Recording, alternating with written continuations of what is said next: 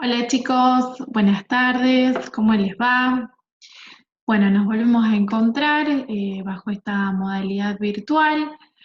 Eh, Vi en el grupo de WhatsApp que varios chicos se conectaron y ingresaron a esta nueva clase, con lo cual voy a volver a hacer una nueva presentación. Mi nombre es María Eugenia. Comparto esta cátedra junto con los doctores Pablo Morozano y Bruno Netri. Así que bueno, bienvenidos a esta nueva parte de la parte especial del derecho penal. Y en lo que a mí respecta, los títulos que yo voy a desarrollar son, acá se los pongo, no sé si ven mi pantalla, espero que la estén viendo, los delitos contra la integridad sexual, los delitos contra la libertad y los delitos contra la propiedad. Bien, la clase pasada, que fue la primera clase, empezamos a desarrollar los delitos contra la integridad sexual. Bien, y vimos el abuso sexual simple.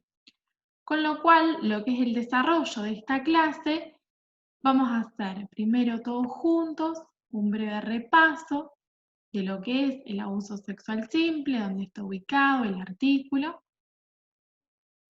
Y concretamente a lo que refiere a esta clase, vamos a desarrollar el abuso sexual gravemente ultrajante, el abuso sexual con acceso carnal, es decir, repaso del simple, que es el primer párrafo, abuso sexual gravemente ultrajante, que es el segundo párrafo, abuso sexual con acceso carnal, que es el tercer párrafo, y luego de desarrollado todo esto, nos vamos a encontrar, ¿sí?, virtualmente a través nuevamente de la herramienta Zoom, para que poder evacuar todas las dudas que puedan surgir de este video, como así también todos los comentarios que quieran hacer, aportes de casos teóricos, casos prácticos, que surjan de los libros o de la realidad. Bien, cualquier aporte que quieran hacer que pueda resultar enriquecedor para el resto, para mí y para el resto de sus compañeros. Bien, así entonces va a ser el desarrollo de la clase.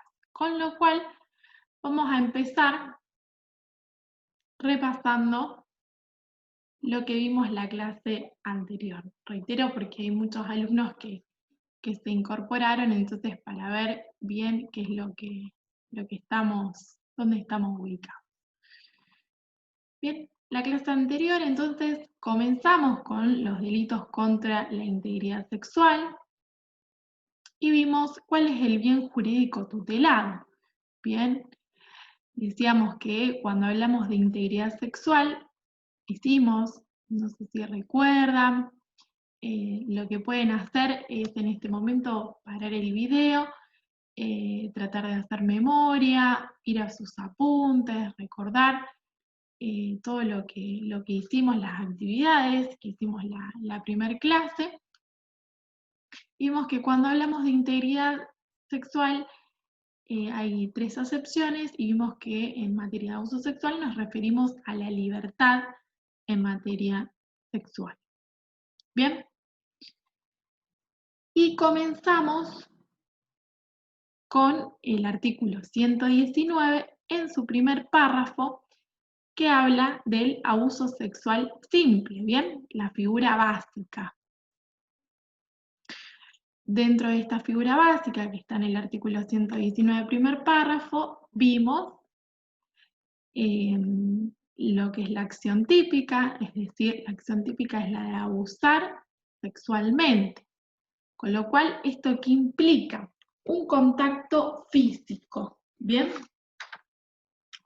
Habíamos visto el ejemplo típico, es de aquella persona que le toca la cola a otra, ¿bien? Este contacto físico no es cualquier tipo de contacto físico. Yo acá les pongo la imagen de una persona que le toca la frente a otra, bien, con lo cual, bueno, da la idea que no es cualquier tipo de contacto físico, sino un contacto físico que, que tenga un cierto contenido sexual, ¿bien? También dijimos que tiene que realizarse, bueno, obviamente ser sin el consentimiento, y que respecto de los menores de 13 años, se presume que no hay consentimiento, bien, es una presunción, habíamos dicho, no sé si recuerdan, iure de iure, es decir, que no importa el consentimiento de la víctima. Siempre que sea menor de 13 años, va a ser abuso sexual. Y esto lo reitero porque quiero que les quede claro. Bien, siempre que sea menor de 13 hay una presunción y siempre va a ser abuso. Bien, con lo cual, para los mayores de 13, sí es necesario que se den ciertos medios comisivos.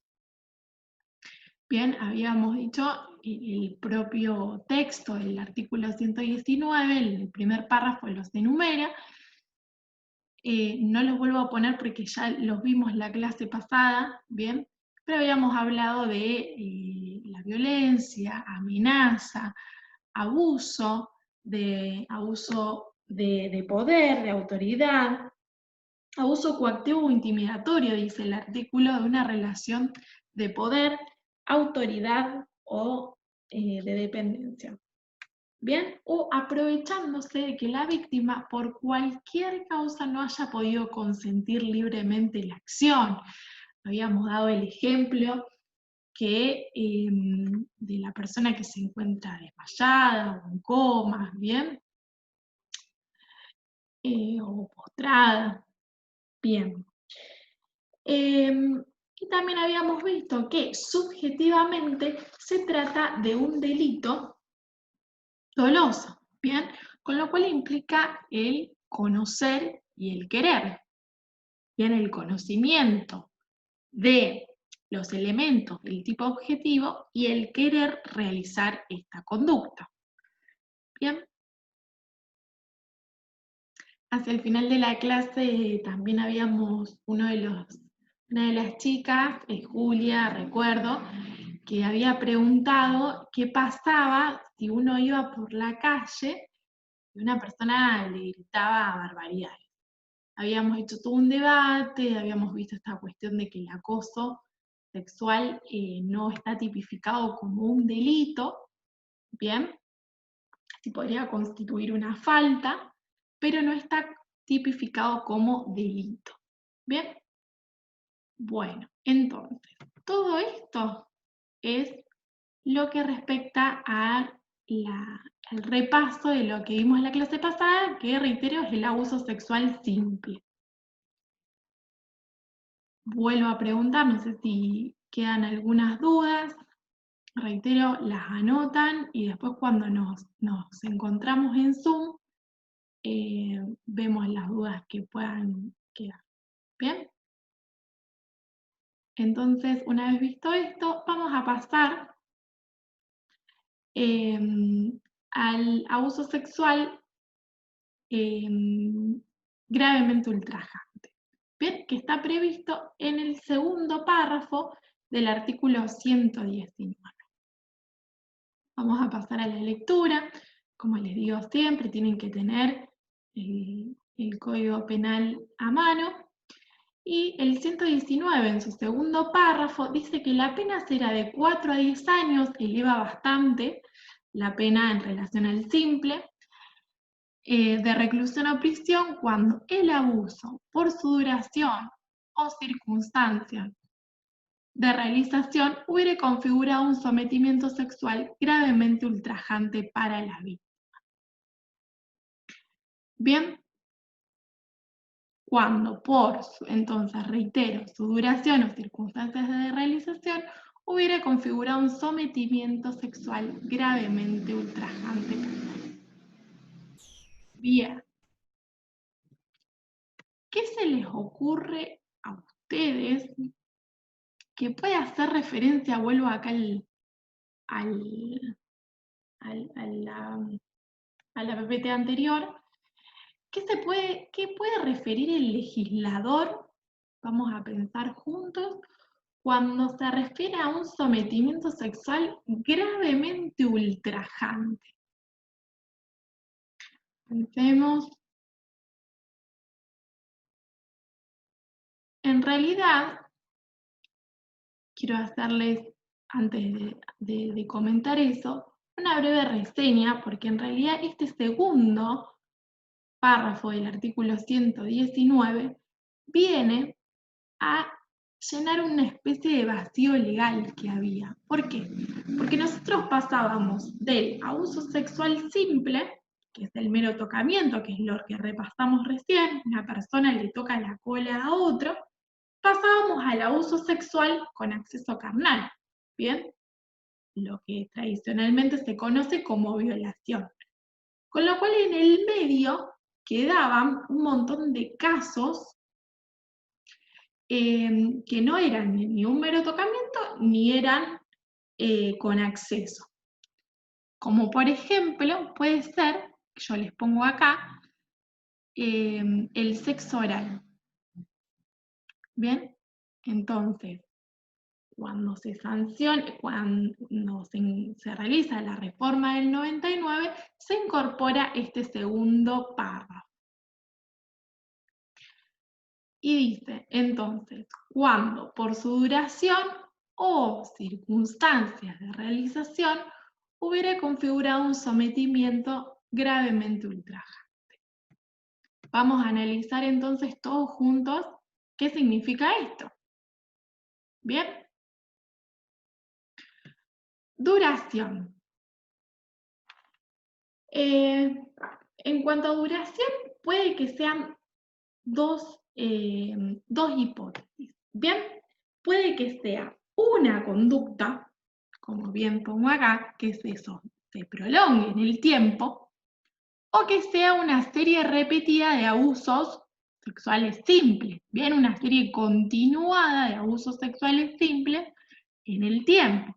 Bien, vamos a poner como ejemplo, así como en el simple dijimos una persona que le toca la cola a otra, en el gravemente ultrajante vamos a decir, por ejemplo, un compañero de trabajo que todos los días te toca la cola. Entonces es una serie repetida de abusos que se prolongan en el tiempo. ¿Bien?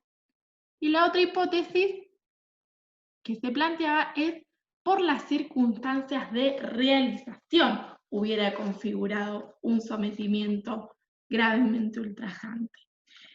¿Qué significa esto? Que es un abuso que se puede realizar en público, por ejemplo, esto puede ser, o frente a los hijos, o frente a otra persona, bien frente a la esposa, al esposo, que impliquen una humillación hacia la víctima. Bien, por eso habla de sometimiento gravemente ultrajante.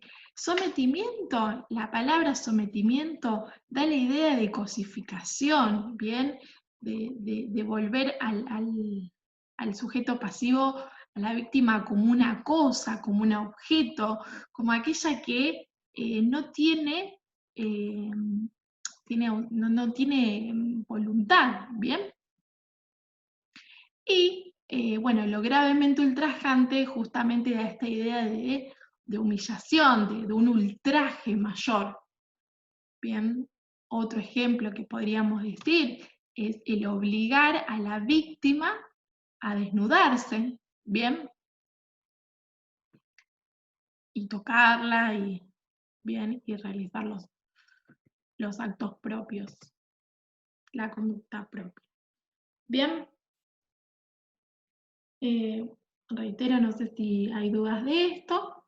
Acá terminamos lo que sería al abuso sexual gravemente ultrajante. Y pasaríamos Entonces, cualquier cosa las anotan, después reitero, lo vemos cuando nos conectamos. Lo que es el abuso sexual con acceso carnal, que es ya el artículo 119 en su tercer párrafo. Bien, vamos a leer entonces el artículo 119, tercer párrafo. Este artículo fue modificado en mayo del 2017, con lo cual la reforma es muy reciente y es importantísima. Dice el artículo, la pena será de 6 a 15 años, eleva bastante, cuando mediando las circunstancias del primer párrafo hubiera acceso carnal por vía anal, vaginal u oral, o realizar actos análogos introduciendo objetos o partes del cuerpo por alguna de las dos primeras vías, es decir, vaginal o anal, bien, quedando afuera la vía oral. Esa es la redacción actual de cómo está el texto del 119, tercer párrafo, a partir de mayo del 2017. Este texto antes, o sea, con la reforma del 99, decía lo siguiente, lo voy a poner para que vean la diferencia. La pena será de 4 a 10, me dejé el anterior. Bueno, este es el del sometimiento gravemente ultrajante. Lo que hacía lo cambiaba, acá donde dice acceso carnal por vía anal, vaginal u oral, decía acceso carnal por cualquier vía. ¿Bien? Con lo cual dejaba bastante amplio la idea de que se refería por cualquier vía. Se generaban dudas en torno a las vías, digamos, ¿no? Toda la cuestión en torno a lo que es, acá lo pongo, el afelatio, INORE, lo que es el sexo oral, con lo cual ahora con esta reforma queda zanjado toda duda y el abuso, y el sexo oral es acceso carnal, ya constituye abuso sexual con acceso carnal. ¿Bien? Bueno. No sé si hasta ahora hay alguna duda. Entonces dijimos, queda claro que las vías son vaginal, anal u oral.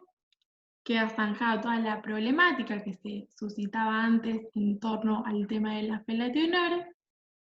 En cuanto a lo que es el sujeto activo, puede ser cualquier persona, hombre o mujer. Respecto a esto nunca hubo duda. Y respecto del sujeto pasivo, también puede ser hombre o mujer. Respecto del sujeto activo, en su momento, bueno, se planteaba esta idea de que si solamente el hombre podía ser sujeto activo, pero hoy en día está zanjada esa duda, tanto sujeto activo puede ser un hombre o una mujer. ¿Bien? Bueno. Por último, lo quise dejar a lo último, la importancia, digamos, de cuando hablamos de este tipo de delitos, el título tercero, que son los delitos contra la integridad sexual, remarcar la importancia del daño, además del daño físico que le puede ocasionar a la víctima, el daño psíquico, esta huella indeleble que va a quedar de por vida, marcado en la psiquis de la persona que fue víctima de un abuso. Bien, es sumamente importante este factor. Bueno, por acá damos concluida lo que es esta clase. Y la próxima clase lo que vamos a realizar es un trabajo práctico de todos los temas dados hasta acá, es decir, abuso sexual simple, abuso sexual gravemente ultrajante y abuso sexual con acceso carnal. Bien. Muchas gracias por la escucha, no obstante, reitero, seguimos comunicados, ahora nos encontramos por Zoom para evacuar las dudas y, bueno, como ya les dije la clase pasada, tienen mi mail y mi WhatsApp.